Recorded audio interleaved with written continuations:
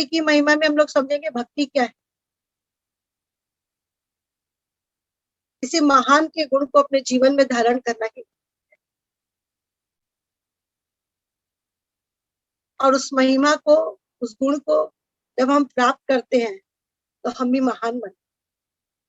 एक हम सुनते हैं हम महान की संतान है, हमारे पास सब इनबिल्ट गुण है। एक सुनना अलग बात होती है और एक जीकर जानना अलग बात। भक्ति की महिमा में भी सदगुरु हमें कहते हैं आज एक विशिष्ट तिथि है चैत्र का। अब इस चैत्र के महीने को हम लोग बहुत अच्छे से समझेंगे। चैत्र माने क्या होता है? चेतना, जागृत होना, सचेत होना। तो हम कहाँ से चेतेंगे? एक व्यक्ति बिस्तर में भी जागा जागा लेटा रहता है, लेकिन उसका कोई एक्शन नहीं है, बस वो जागा ही है, लेकिन कोई उसके जाग में कोई एक्शन नहीं। जिस जागृति में एक्शन जुड़ जाए, कर्म जुड़ जाए, प्रगति जुड़ जाए, लक्ष्य जुड़ जाए, वही हमारी जागृति कार्य। तो हमारे जीवन में एक बात आनी चाहिए, सदगुरु से जुड़ने के बाद हमारे जीवन में ये चेतना चैत आया कि तिथि विशेष कुछ काम कर रही है क्या, कि हम ये बात से जागे क्या कि हम जीव नहीं, हम शिव है। हमें बहुत इनबिल्ट क्वालिटीज है, हम परमात्मा की श्रेष्ठ संतान है। हमें परमात्मा ने बहुत फुर्सत से बनाया है। जब तक अपने अंदर इस तरह के गुण नहीं आते हैं, तब तक चैत्र का महीना आए और जाए क्या फर्क पड़ता।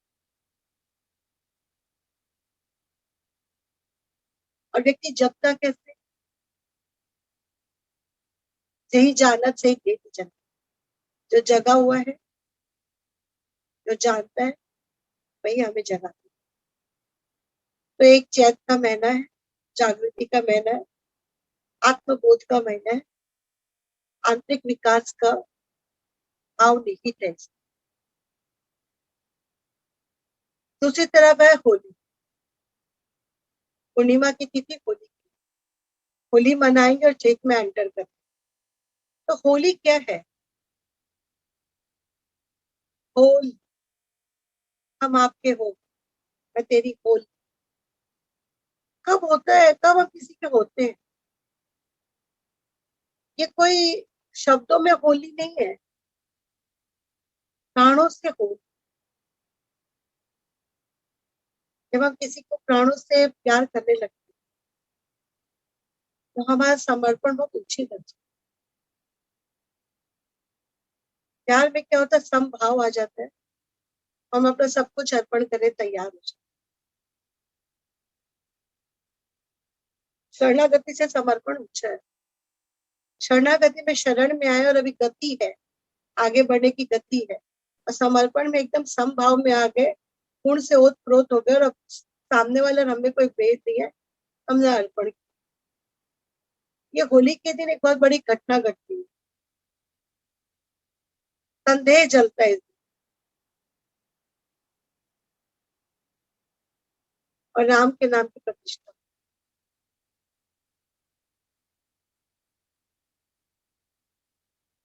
भक्त प्रहलाद छोटा सा बालक ही तो है, कि कितनी बड़ी शक्ति लेकर बैठा है राम के नाम। ये विश्वास उसका जो है, ये हम लोग सुनते हैं, समझते हैं, लेकिन दिल से अगर हमारे अंदर ये विश्वास आ जाए तो घटना कुछ और है। बात यह है कि विश्वास आता कहाँ से है?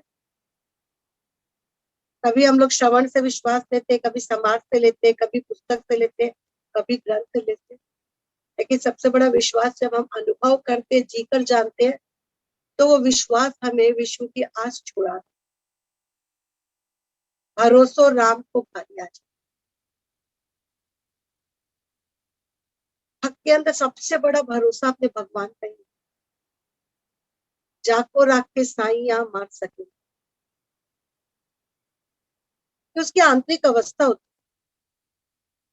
प्रहलाद माने आनंद, प्रहलाद माने आनंद। ये आनंद कब आया था, कब आता? जब हम दुख और सुख से ऊपर होंगे तो आनंद आए। होली के दिन भक्त को जलाने की तैयारी।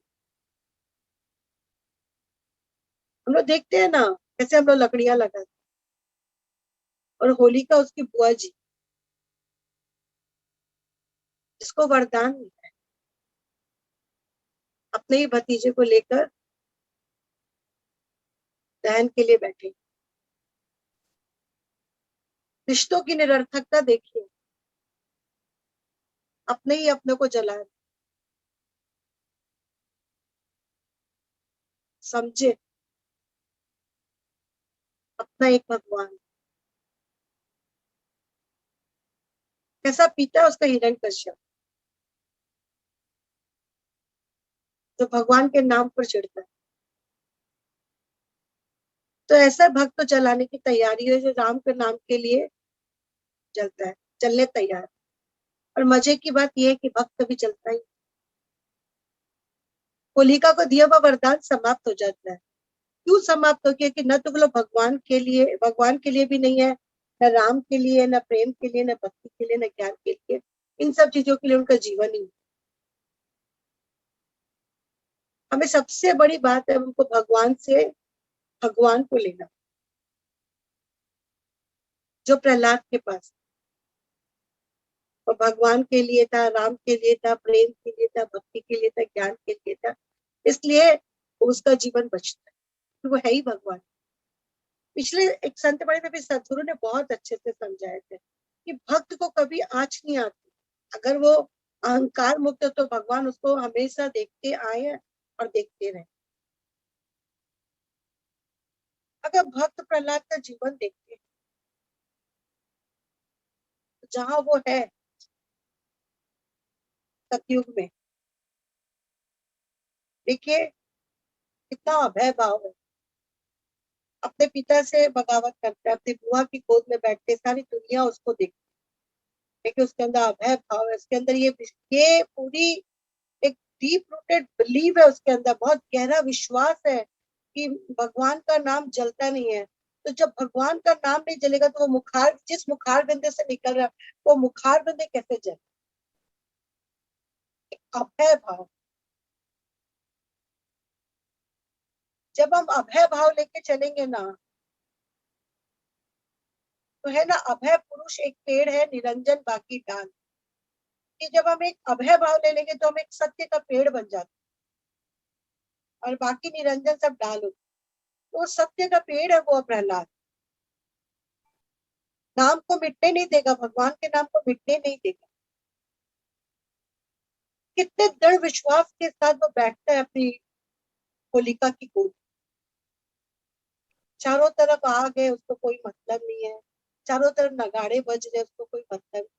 वो कितनी साधना से, कितने संयम से, कितनी दृढ़ता से, अभय भाव और विश्वास के साथ होलिका की गोद में बैठ।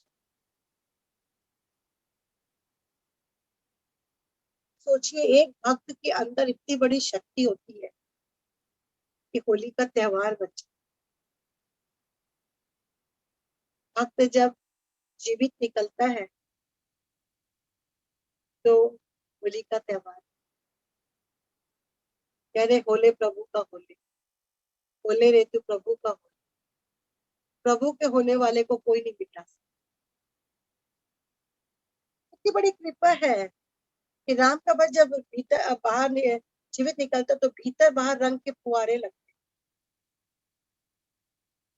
हमें यही बात समझ, भीतर कितना रंगा होगा वो राम के नाम। उसका रोम रोम राम राम राम राम कर रहा होगा। सदगुरु कहते हैं ना, 33 करोड़ छिद्र से गुंजारित होता है भक्त के रोम से। और राम की शक्ति उसके अंदर इतनी प्रखर रूप से उतरी है कि बाहर भी रंग है, भीतर भी रंग। ये रंग सत्य का रंग है, राम नाम का रंग है, प्रेम का रंग है, निष्ठा का रंग है, ज्ञान का रंग है। रंग डाला है सांवरे ने, धन्य हुआ ये जीवन। उसकी आस्था ने उसको रंगा है। ये रंग उसने बाहर से नहीं लिया, ये उसकी भक्ति, प्रेम, ज्ञान, विश्वास, दृढ़ता से उत्पन्न हुआ रंग है। इसे राम रंग कहते हैं, जिसके कारण हम लोग जब अपने जीवन में राम के रस को पाते तो कहते हैं ना, राम रस बरसो रे आज को रे, उसको पाते तो कहते हैं ना, राम रस बरसो रे आज को रे। कितने खूबसूरत पल होते हैं ये जीवन के, हम किसी के प्यार में रंग गए, और प्यार भी कैसा, जो अजर अमर अविनाशी है, जो था भी है भी और रहेगा, सारे संसार में उसे पुष्ट कर दिया भगवान के नाम, भगवान के प्यार। आज का युग क्या है, चमत्कारी का युग, चमत्कार को नमस्कार। हम गुरु भी वैसा ही चाहते हैं जो चमत्कार कर, जादू की छड़ी से हमारा जीवन बने। लेकिन ना देखते हैं ना कितने लोग जल पर चलते हैं।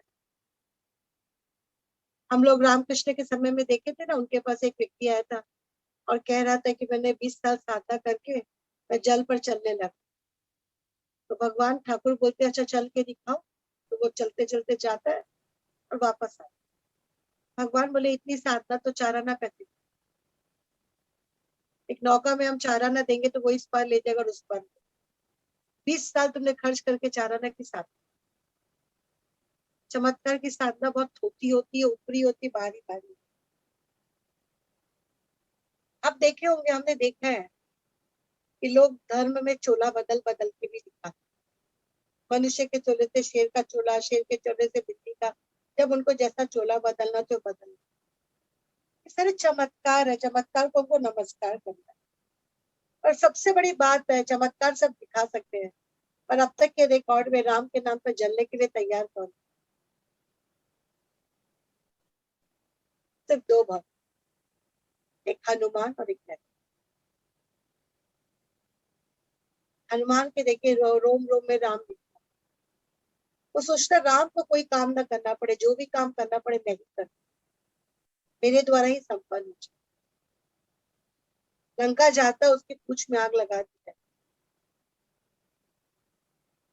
लेकिन भक्त भगवान की शक्ति से चलता है ना, राम के पूंछ में लगन न पाई आग, लंका सिगरी जल गए, गए पिशाचल पार।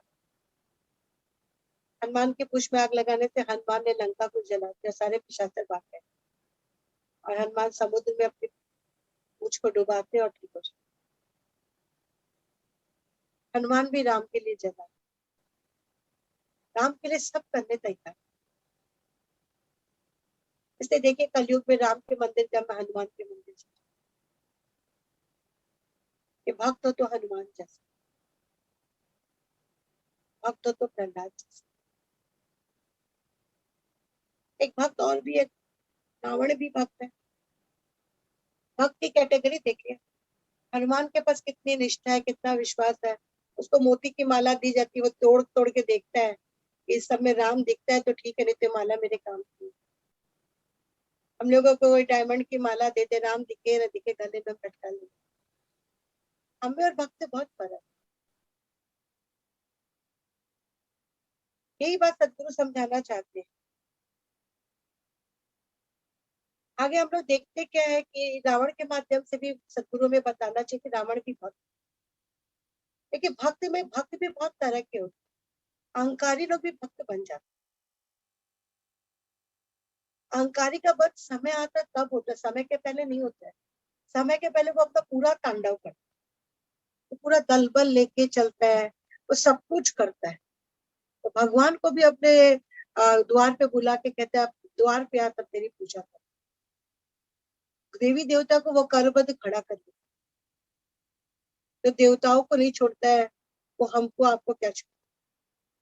एक रावण भी ऐसा अहंकारी भक्त, बहुत ज्ञानी था, देखिए अहंकार उसका इतना था कि वो अपने आगे किसी को ले सकता, लेकिन समय से पहले उसका भी बद नहीं हो सकता।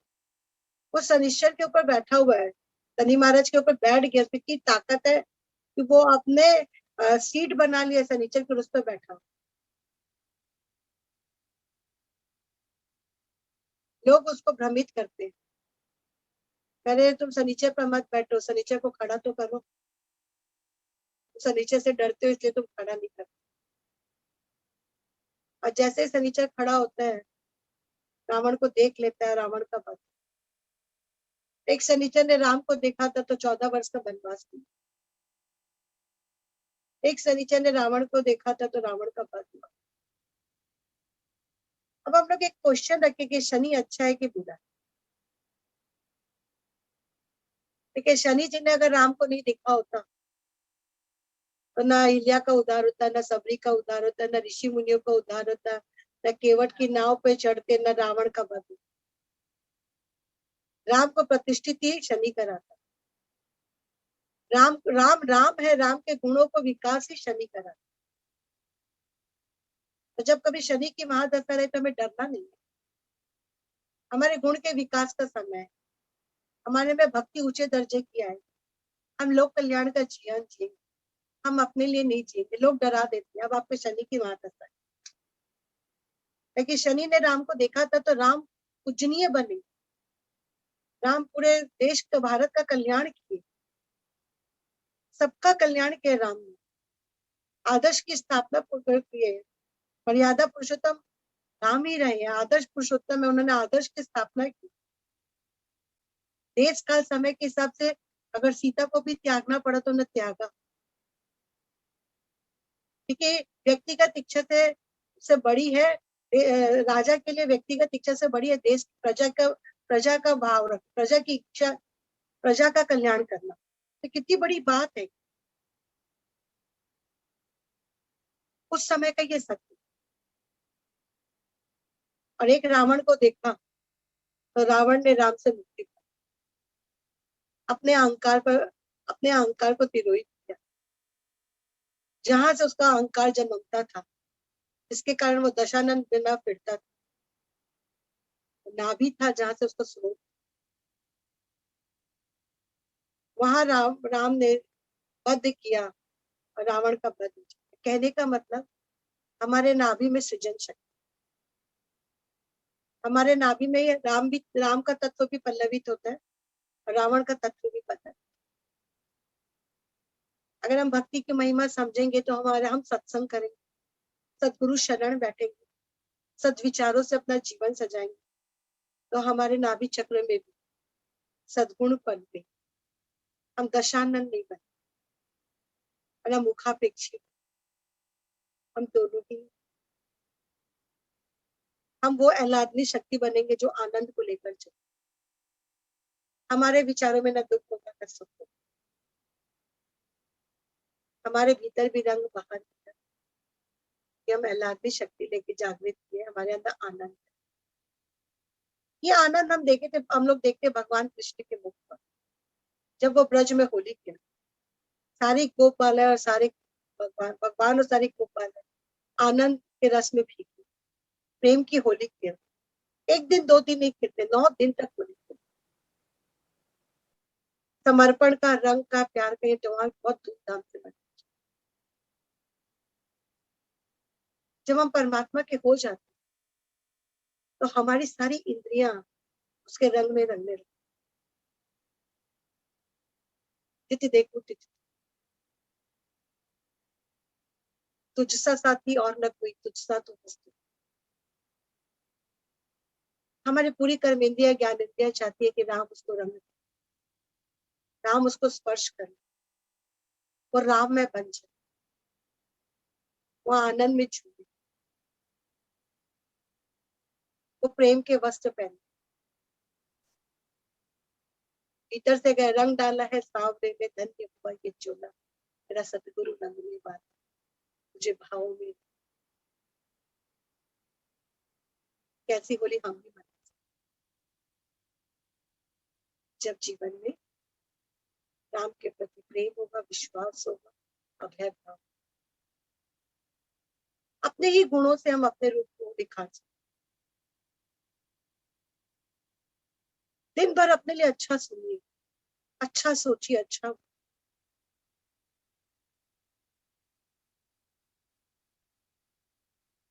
लोग हाथ घसते हैं तो उसपे रंग आ जाता है। आप कलम उठाओगे तो प्रेम रंग दिखे, समर्पण का भाव है। इस तरह से हम होली का त्योहार बहुत सुंदर से मनाते हैं। भक्ति की महिमा का कुछ भाव आज लिए। ये पहला अंक है, कल दूसरा अंक। जय गुरु। बहुत सुंदर। डोली,